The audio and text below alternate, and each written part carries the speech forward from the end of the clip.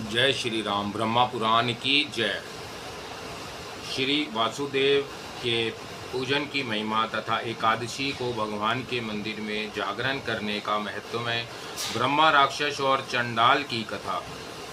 मुनियों ने कहा, महेश्वर, हमने भगवान श्री कृष्ण का अद्भुत महत्वमय सुना। वह सब पापों को दूर करने वाला, पुण्यमय, धन्य एवं संसार बंधन का नाश करने वाला है। महामुने, श्री वासुदेव के पूजन में संलग्न रहने वाले मनुष्य उनका विधि पूर्वक भक्ति भाव से पूजन करके किस गति को प्राप्त होते हैं? व्यास जी बोले, मुनिवरों, तुमने बहुत अच्छी बात पूछी है। यह वैष्णवों को सुख देने वाला विषय है। ध्यान देकर सुनो। वैष्णवों के लिए स्वर्ग और मोक्ष दुर्लभ नहीं है। वैष्णव पुरुष जिन जिन दुर्लभ भोगों की अभिलाषा करते हैं, उन सब को प्राप्त कर लेते हैं। जैसे कोई पुरुष कल्प वृक्ष के पास पहुंच जाने पर अपनी इच्छा के अनुसार फल पाता है, उसी प्रकार भगवान श्री कृष्ण से संपूर्ण अभिष्ट वस्तुओं की प्राप्ति होती है। भक्त मनुष्य श्रद्धा और विधि के साथ जगत गुरु भगवान वासुदेव का पूजन करके धर्म, अर्थ, काम और मोक्ष चारों पुरुषार्थों के फल स्वरूप स्वयं भगवान को प्राप्त कर लेते हैं। जो लोग सदा भक्ति पूर्वक अविनाशी वासुदेव की पूजा करते हैं, उनके लिए तीनों लोकों में कुछ भी दुर्लभ नहीं है। संसार में वह मनुष्य धन्य है जो समस्त मनोवांछित फलों के देने वाले सर्व पापहारी श्री हरि का सदा पूजन करते हैं। ब्राह्मण, क्षत्रिय, वैश्य, स्त्री, शूद्र और अन्य त्यज्य सभी सुश्रेष्ठ भगवान वासुदेव का पूजन करके परम गति को प्राप्त होते हैं। दोनों पक्षों की एकादशी को उपवास पूर्वक एकाग्रचित हो, विधि पूर्वक स्नान करके धुले हुए वस्त्र पहने, इंद्रियों को अपने काबू में रखें और पुष्प, गंध, धूप, दीप, निवेद्य, नाना प्रकार के उपहार, जप, होम, प्रदक्षिणा, भांति भांति के दिव्य स्तोत्र, मनोहार गीत, वाद, दंडवत प्रणाम तथा जय शब्द के उच्चारण द्वारा श्रद्धा पूर्वक भगवान विष्णु की विधिवत पूजा करें। पूजन के पश्चात रात्रि में जागरण करके श्री कृष्ण का चिंतन करते हुए उनकी कथा वार्ता करें अथवा भागवत संबंधी पदों का गान करें। योग करने वाला मनुष्य भगवान विष्णु के परम धाम को जाता है, इसमें तनिक भी संदेह नहीं है। मुनियों ने पूछा, महामुने, भगवान विष्णु के लिए जागरण करके गीत गाने का क्या फल है, उन्हें बतलाइए। उसका श्रवण करने के लिए हमारे मन में बड़ी उत्कंठा है। व्यास जी बोले, मुनिवरों, भगवान विष्णु के लिए जागरण करते समय गान करने का जो फल बताया गया है, उसका क्रमशः वर्णन करता हूँ, सुनो। इस पृथ्वी पर अवंती नाम से प्रसिद्ध एक नगरी थी, जहाँ शंख, चक्र और गदा धारण करने वाले भगवान विष्णु विराजमान थे। उस नगरी के किनारे एक चंडाल रहता था, जो संगीत में कुशल था। वह उत्तम व्रति से धन पैदा करके कुटुंबों के लोगों का भरण पोषण करता था। भगवान विष्णु के प्रति उसकी बड़ी भक्ति थी। वह अपने व्रत का दृढ़तापूर्वक पालन करता था। प्रत्येक मास की एकादशी तिथि को वह उपवास करता और भगवान के मंदिर के पास जाकर उन्हें गीत सुनाया करता था। वह गीत भगवान विष्णु के नामों से युक्त और उनकी अवतार कथा से संबंध रखने वाला होता था। गंधधार, षडज, निषाद, पंचम और धेवत आदि स्वरों से वह रात्रि जागरण के समय विभिन्न गाथाओं द्वारा श्री विष्णु का यशोगान करता था। द्वादशी को प्रातः काल भगवान को प्रणाम करके अपने घर आता और पहले दामाद, भांजे और कन्याओं को भोजन कराकर पीछे स्वयं सहपरिवार भोजन करता था। इस प्रकार विचित्र गीतों द्वारा भगवान विष्णु की प्रसन्नता का संपादन करते हुए उस चंडाल की आयु का अधिकांश भाग बीत गया। एक दिन चैत्र के कृष्ण पक्ष की एकादशी तिथि को वह भगवान विष्णु की सेवा करने के लिए जंगली पुष्पों का संग्रह करने के निमित्त भक्ति पूर्वक उत्तम वन में गया। शिप्रा के तट पर महान वन के भीतर एक बहेड़े का वृक्ष था। उसके नीचे पहुँचने पर किसी राक्षस ने उस चंडाल को देखा और भक्षण करने के लिए पकड़ लिया। यह देख चंडाल ने उस राक्षस से कहा, भद्र, आज तुम मुझे ना खाओ, कल प्रातः काल खा लेना। मैं सत्य कहता हूँ, फिर तुम्हारे पास लौट आऊँगा। राक्षस, आज मेरा बहुत बड़ा कार्य है, अतः मुझे छोड़ दो। मुझे भगवान विष्णु की सेवा के लिए रात्रि में जागरण करना है। तुम्हें उसमें विघ्न नहीं डालना चाहिए। ब्रह्मा राक्षस संपूर्ण जगत का मूल सत्य ही है, अतः मेरी बात सुनो। मैं सत्य की शपथ खाकर कहता हूँ, पुनः तुम्हारे पास लौट आऊँगा। पराई स्त्रियों के पास जाने और पराये धन को हड़प लेने वाले मनुष्यों को जिस पाप की प्राप्ति होती है, ब्रह्मा हत्यारे, शराबी और गुरु पत्नी कामी तथा शूद्र जातीय स्त्री से संबंध रखने वाले द्विज को जो पाप होता है, क्रथन मित्रघाती, दोबारा ब्याही हुई स्त्री के पति, क्रूरतापूर्ण कर्म करने वाले पुरुष, कृपण तथा बंध्या के अतिथि को जो पाप लगता है, अमावस्या, अष्टमी, छठी और दोनों पक्षों को चतुर्दशी में स्त्री समागम से जो पाप होता है, ब्राह्मण यदि रजसवला स्त्री के पास जाए अथवा श्राद्ध करके स्त्री समागम करे, उससे जो पाप लगता है, मल भोजन करने पर जिस पाप की प्राप्ति होती है, मित्र की पत्नी के साथ संभोग करने वालों को जो दोष प्राप्त होता है, चुगलखोर, दंभी, मायावी और मधुघाती को जिस पाप की प्राप्ति होती है, ब्राह्मण को कुछ देने के प्रतिज्ञा करके फिर उसे ना देने वाले को जो दोष लगता है, स्त्री हत्या, बाल हत्या और मिथ्या भाषण करने वाले को जिस पाप का भागी होना पड़ता है, देवता, वेद, ब्राह्मण, राजा, मित्र और साध्वी स्त्री की निंदा करने से जो पाप होता है, गुरु की झूठ कलंक देने, वन में आग लगाने, गौ की हत्या करने, ब्राह्मण दाम होने और बूढ़े भाई के अविवाहित रहते स्वयं विवाह कर लेने पर जो पाप लगता है, तथा भ्रूण हत्या करने वाले मनुष्य को जिस पाप की प्राप्ति होती है, अथवा जहाँ बहुत से शब्दों का वर्णन करने से क्या लाभ। राक्षस, एक भयंकर शपथ सुन लो, यद्यपि वह कहने योग्य नहीं है तो भी कहता हूँ। अपनी कन्या को बेचकर जीविका चलाने वाले, झूठी गवाही देने एवं यज्ञ के अनधिकारी से यज्ञ कराने वाले मनुष्यों को जिस पाप का भागी होना पड़ता है, तथा सन्यासी और ब्रह्मचारी को काम भोग में आसक्त होने पर जिस पाप की प्राप्ति होती है, उक्त सभी पापों से मैं लिप्त हूँ। यदि तुम्हारे पास लौटकर ना आऊँ। चंडाल की यह बात सुनकर ब्राह्मण राक्षस को बड़ा विस्मय हुआ। उससे कहा, जाओ, सत्य के द्वारा अपनी की हुई प्रतिज्ञा का पालन करना। राक्षस के यों कहने पर चंडाल फूल लेकर भगवान विष्णु के मंदिर में आया। उसने सभी फूल ब्राह्मणों को दे दिए। ब्राह्मण ने उन्हें जल से धोकर उनके द्वारा भगवान विष्णु का पूजन किया और अपने घर की राह ली। किंतु चंडाल ने मंदिर के बाहर ही भूमि पर बैठकर उपवास पूर्वक गीत गाते हुए रात भर जागरण किया। रात बीती, सवेरा हुआ और चंडाल ने स्नान करके भगवान को नमस्कार किया। फिर अपनी प्रतिज्ञा सत्य करने के लिए वह राक्षस के पास चल दिया। उसे जाते देख किसी मनुष्य ने पूछा, भद्र, कहाँ जाते हो? चंडाल ने सब बातें कह सुनाई।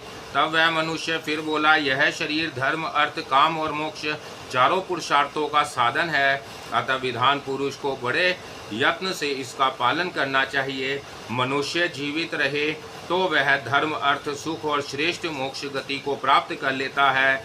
जीवित रहने पर वह कार्तिक का भी उपार्जन करता है। संसार में मरे हुए मनुष्यों की कोई चर्चा ही नहीं करता। उसकी बात सुनकर चंडाल ने युक्ति युक्त वचनों में उत्तर दिया, भद्र, मैंने शपथ खाई है, अतः सत्य को आगे करके राक्षस के पास जाता हूँ।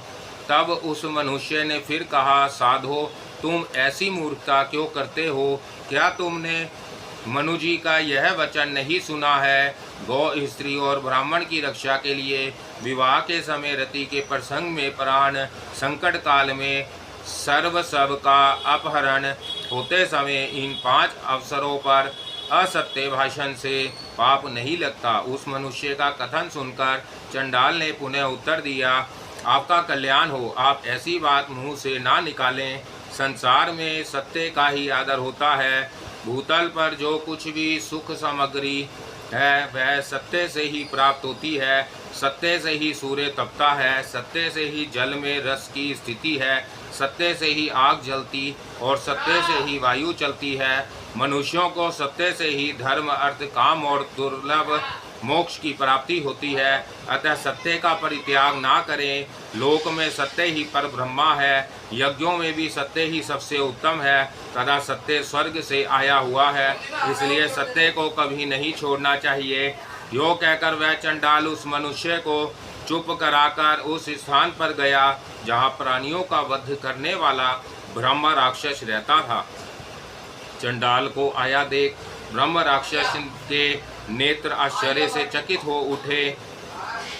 उसने सिर हिलाकर कहा, महाभाग, तुम्हें साधुवाद, तुम वास्तव में सत्य वचन का पालन करने वाले हो। तुम तो सत्य स्वरूप हो। मैं तुम्हें चंडाल नहीं मानता। तुम्हारे इस कर्म से मैं तुम्हें पवित्र ब्राह्मण समझता हूँ। तुम्हारे मुख से में कल्याण का निवास है। अब मैं तुमसे धर्म संबंधी कुछ बातें पूछता हूँ, बताओ, तुमने भगवान विष्णु के मंदिर में कौन सा कार्य किया? मातंग ने कहा, सुनो, मैं मंदिर के नीचे बैठकर भगवान के सामने मस्तक झुकाया और उनका यशोगान करते हुए सारी रात जागरण किया। ब्रह्मा राक्षस ने फिर पूछा, बताओ, तुम्हें इस प्रकार भक्ति पूर्वक विष्णु मंदिर में जागरण करते कितना समय व्यतीत हो गया? चंडाल ने हंसकर कहा, राक्षस, मुझे प्रत्येक मास की एकादशी को जागरण करते 20 वर्ष व्यतीत हो गए। यह सुनकर ब्रह्मा रक्षा ने कहा, साधु, अब मैं तुमसे जो कुछ कहता हूँ वह करो। मुझे एक रात के जागरण का फल अर्पण करो। महाभाग, ऐसा करने से तुम्हें छुटकारा मिल जाएगा, अन्यथा मैं तीन सत्य की दुहाई देकर कहता हूँ कि तुम्हें कदापि नहीं छोड़ूंगा।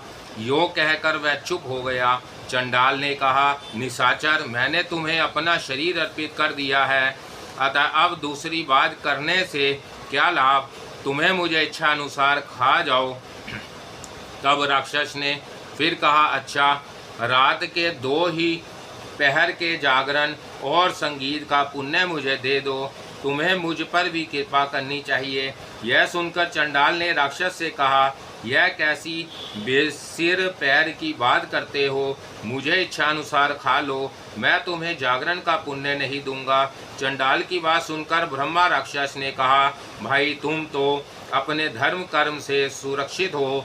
कौन ऐसा ज्ञानी और दुष्ट बुद्धि का पुरुष होगा जो तुम्हारी ओर देखने, तुम पर आक्रमण करने अथवा तुम्हें पीड़ा देने का साहस कर सके? दीन, पापग्रस्त, विषय विमोहित, नरक पीड़ित और मूढ़ जी पर साधु पुरुष सदा ही दयालु रखते हैं। महाभाग, तुम मुझ पर कृपा करके एक ही याम के जागरण का पुण्य दे दो अथवा अपने घर को लौट जाओ।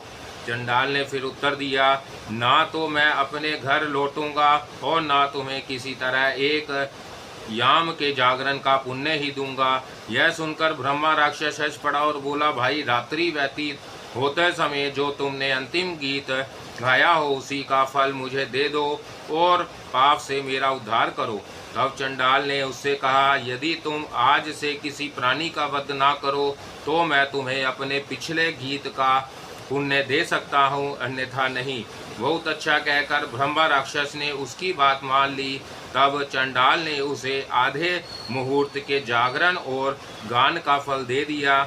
उसे पाकर ब्रह्मा राक्षस ने चंडाल को प्रणाम किया और प्रसन्न होकर तीर्थ में श्रेष्ठ प्रदूक तीर्थ की ओर चल दिया।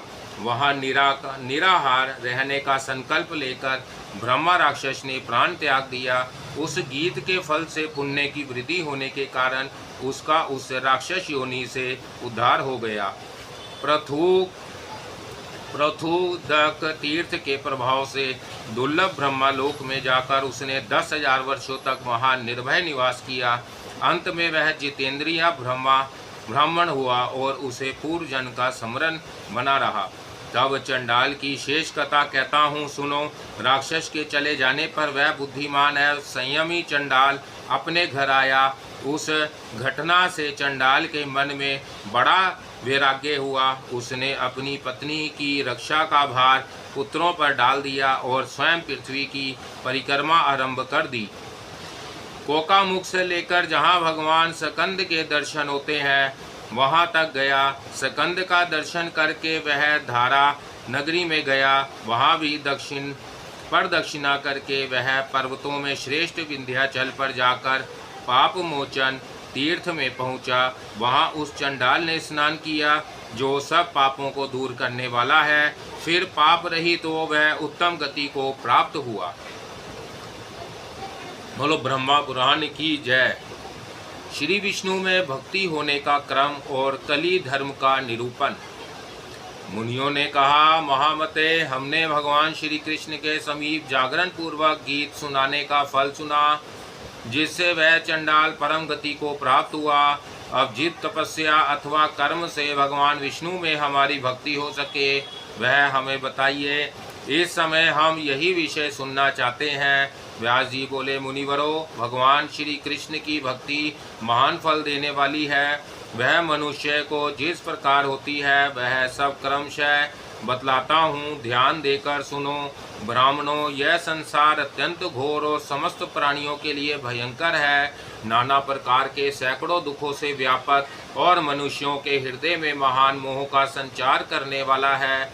इस जगत में पशु पक्षी आदि हजारों योनियों में बारंबार जन्म लेने के पश्चात देहधारी जीव कभी किसी प्रकार मनुष्य का जन्म पाता है। मनुष्यों में भी ब्राह्मण तत्व में भी विवेक, विवेक से भी धर्मनिष्ठा, बुद्धि और बुद्धि से भी कल्याणमय मार्गों का ग्रहण होना अत्यंत दुर्लभ है। मनुष्य के पूर्व जन्म का संचित पाप जब तक नष्ट नहीं हो जाता तब तक जगन्मय भगवान वासुदेव में उनकी भक्ति नहीं होती। अतः ब्राह्मणों, श्री कृष्ण में जिस प्रकार भक्ति होती है वह सुनो। अन्य देवताओं के प्रति मनुष्य की जो मन, वाणी और क्रिया द्वारा तदत चित्त से भक्ति होती है, उससे यज्ञ में उसका मन लगता है। फिर वह एकाग्रचित होकर अग्नि की उपासना करता है। अग्निदेव के संतुष्ट होने पर भगवान भास्कर में उसकी भक्ति होती है। तब से वह निरंतर सूर्य देव की आराधना करने लगता है। भगवान सूर्य के परशत्र होने पर उसकी भक्ति भगवान शंकर में होती है। फिर वह बड़े यत्न के साथ विधि पूर्वक महादेव जी की पूजा करता है।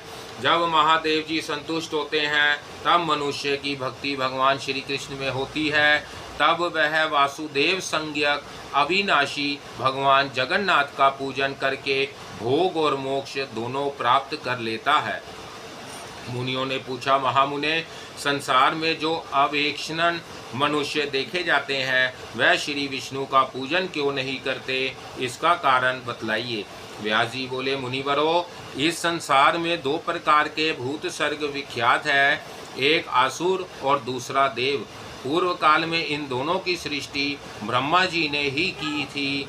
देवी प्राकृतिक का आश्रय लेने वाले मनुष्य भगवान विष्णु का पूजन करते हैं और आसुरी प्राकृतिक को प्राप्त हुए लोग श्री हरि की निंदा किया करते हैं। ऐसे लोग मनुष्यों में अधम हैं। श्री हरि की माया से उनकी बुद्धि मारी गई है। ब्राह्मणों, वह श्री हरि को ना पाकर नीच गति में जाते हैं। भगवान की माया बड़ी गूढ़ है। देवताओं और असुरों के लिए भी उसका ज्ञान होना कठिन है। वह मनुष्यों के हृदय में महान मोह का संचार करती है।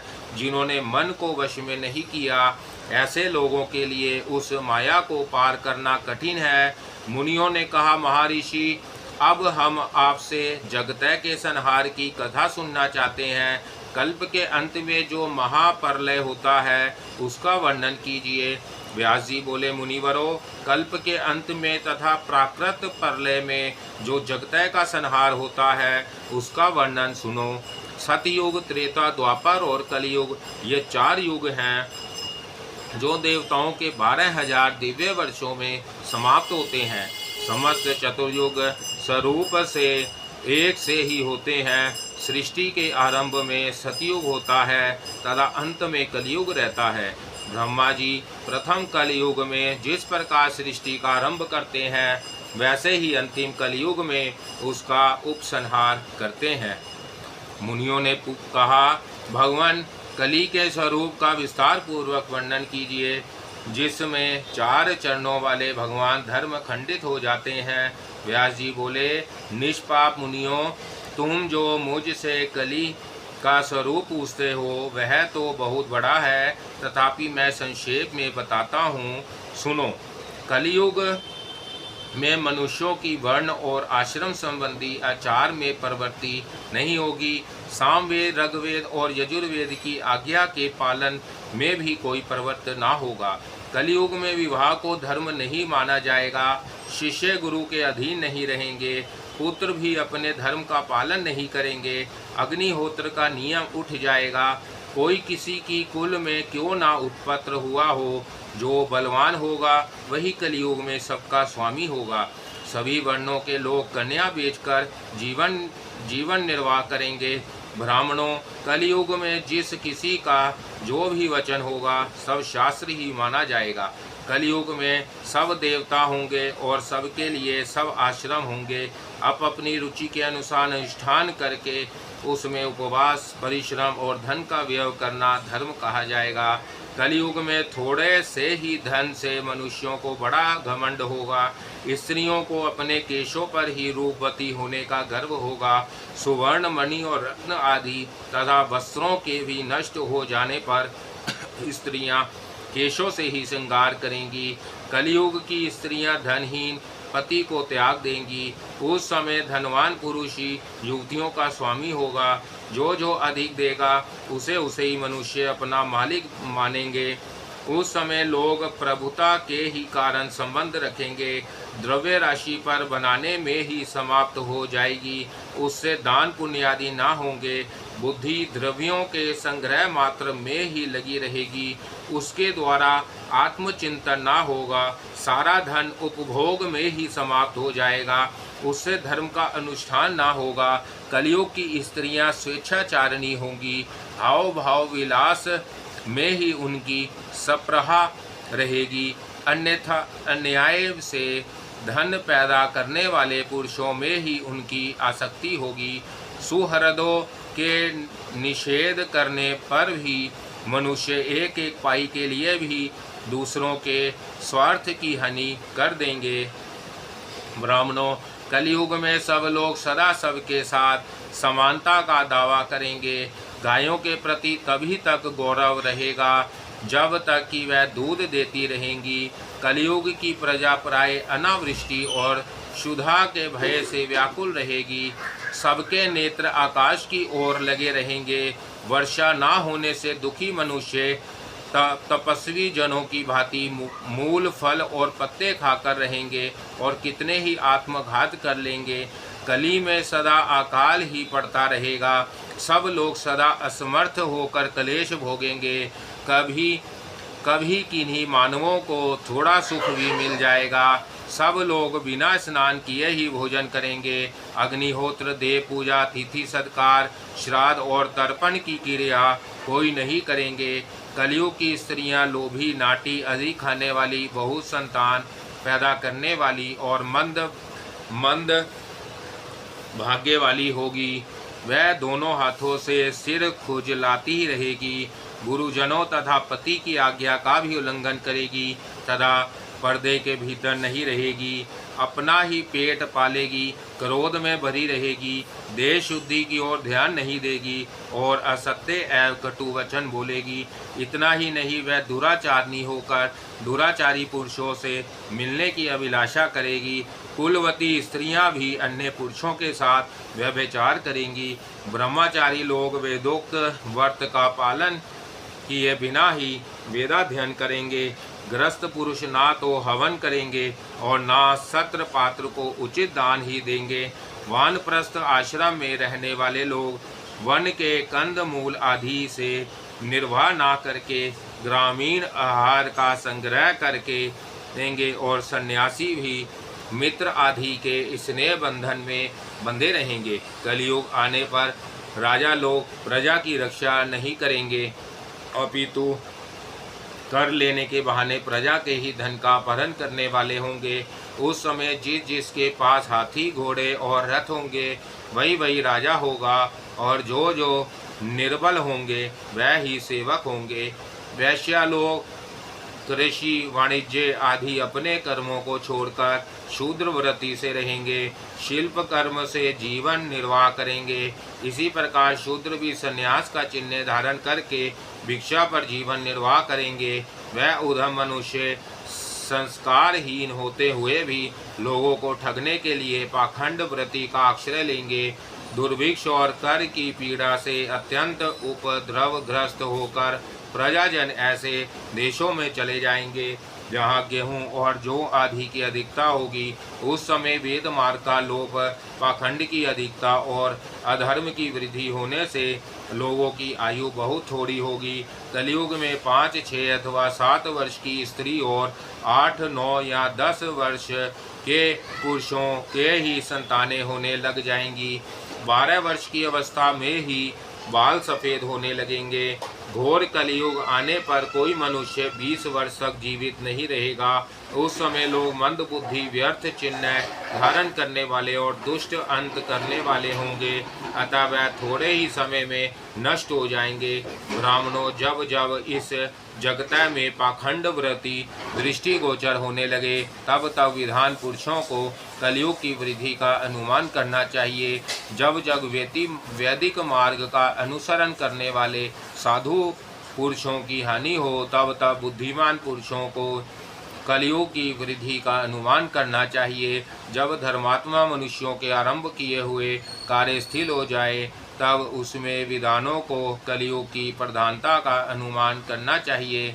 जब जब यज्ञों के अधीश्वर भगवान पुरुषोत्तम का लोग यज्ञों द्वारा यजन ना करे, तब तब यह समझना चाहिए कि कलयुग का बल बढ़ रहा है। द्विजवरों, जब वेदवाद में प्रेम ना हो और पाखंड में अनुराग बढ़ता जाए, तब विधान पुरुषों को कलयुग की वृद्धि का अनुमान करना चाहिए। ब्राह्मणों, कलयुग में पाखंड से दूषित चित्त वाले मनुष्य सबकी दृष्टि करने वाले जगतपति भगवान विष्णु की आराधना नहीं करेंगे। उस समय पाखंड से प्रभावित मनुष्य ऐसा कहेंगे कि देवताओं से क्या लेना है, ब्राह्मणों और वेदों से क्या लाभ है, जल से होने वाली शुद्धि में क्या रखा है। कलयुग में मेघ थोड़ी वृद्धि करेंगे, खेती में बहुत कम फल लगेंगे और वृक्षों के फल सारहीन होंगे। कली में प्रातः लोग घुटनों तक वस्त्र पहनेंगे, वृक्षों में शामी की अधिकता होगी। चारों वर्णों के सब लोग प्रातः शूद्र व्रत हो जाएंगे। कलयुग के आने पर प्रातः छोटे छोटे धान्य होंगे, अधिकतर बकरियों का दूध मिलेगा और उशीर खस ही एकमात्र अनुलेपन होगा। कलयुग में अधिकतर सास और ससुर ही लोगों के गुरुजन होंगे। मुनिवरों, उस समय मनोहारिणी भार्या और साले आदि ही श्रद्धेय समझे जाएंगे। लोग अपने ससुर के अनुगामी होकर कहेंगे कि कौन किसकी माता है और कौन किसका पिता। सब जीव अपने कर्मों के अनुसार ही जन्मते और मरते हैं। उस समय थोड़ी बुद्धि वाले मनुष्य मन, वाणी और शरीर के दोषों से प्रभावित होकर प्रतिदिन बारंबार पाप करेंगे। सत्य, शौच और लज्जा से रहित मनुष्यों के लिए जो जो दुख की बात हो सकती है, वह सब कली काल में होगी। संसार में स्वाध्याय, वष्टकाकार, स्वधा और स्वाहा का शब्द नहीं सुनाई देगा। उस समय सब धर्मनिष्ठा ब्राह्मण कोई विरला ही होगा। एक विशेषता अवश्य है, कलयुग में थोड़ा सा ही प्रयत्न करने पर मनुष्य वह उत्तम पुण्य राशि प्राप्त कर सकता है, जो सतयुग में बहुत बड़ी तपस्या से ही साध्य हो सकती है। ब्राह्मणों, कलियुग धन्य है, जहाँ थोड़े ही क्लेश से महान फल की प्राप्ति होती है। तथा स्त्री और शूद्र भी धन्य है। इसके सिवा और भी सुनो, सतयुग में 10 वर्ष तक तपस्या, ब्रह्मचार्य और जप आदि का अनुष्ठान करने से जो फल मिलता है, वह त्रेता में 1 वर्ष, द्वापर में 1 मास तथा कलियुग में 1 दिन रात के ही अनुष्ठान से मिल जाता है। इसलिए मैंने कलियुग को श्रेष्ठ बताया। सतयुग में ध्यान, त्रेता में यज्ञों द्वारा यजन और द्वापर में पूजन करने से मनुष्य जिस फल को पाता है, वही कलियुग में कलेश का नाम कीर्तन करने मात्र से मिल जाता है। धर्मज्ञ ब्राह्मणों, इस कलियुग में थोड़े से परिश्रम से ही मनुष्य को महान धर्म की प्राप्ति हो जाती है। इसलिए मैं कलियुग में अधिक संतुष्ट हूँ। अब शूद्रों की विशेषता का वर्णन सुनो। द्विजों को पहले ब्रह्मचार्य व्रत का पालन करते हुए वेदाध्ययन करना पड़ता है, फिर धर्मात्म है प्राप्त हुए धन के द्वारा विधि पूर्वक यज्ञ करना पड़ता है। इसमें भी व्यर्थ वार्तालाप, व्यर्थ भोजन और व्यर्थ धन द्विजों के पतन के कारण होते हैं, इसलिए उन्हें सदा संयम ही रखना आवश्यक है। यदि वह सभी वस्तुओं में विधि का पालन ना करे तो उन्हें दोष लगता है। यहाँ तक कि भोजन और पान आदि भी उनकी इच्छा के अनुसार नहीं प्राप्त होते। वह समस्त कार्यों में परतंत्र होते हैं। इस प्रकार विनित भाव से महान कलेश उठाकर वह उत्तम लोकों पर अधिकार प्राप्त करते हैं।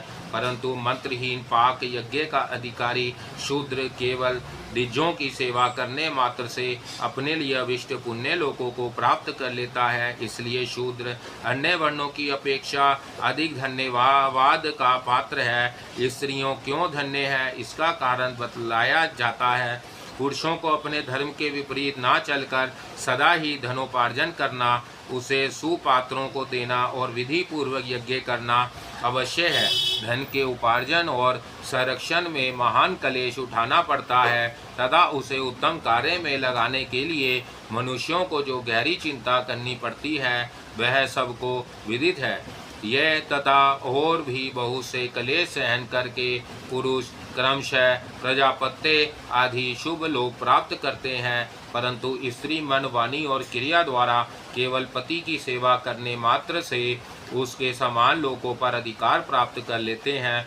वह महान कलेश के बिना ही उन्हें लोकों में जाती है जिनमें कलेश साध्य उपाय करके पुरुष जाता है। इसलिए तीसरी बार मैंने स्त्रियों को साधुवाद दिया है। ब्राह्मणों, यह मैंने कलियुग आदि की श्रेष्ठता का कारण बताया है।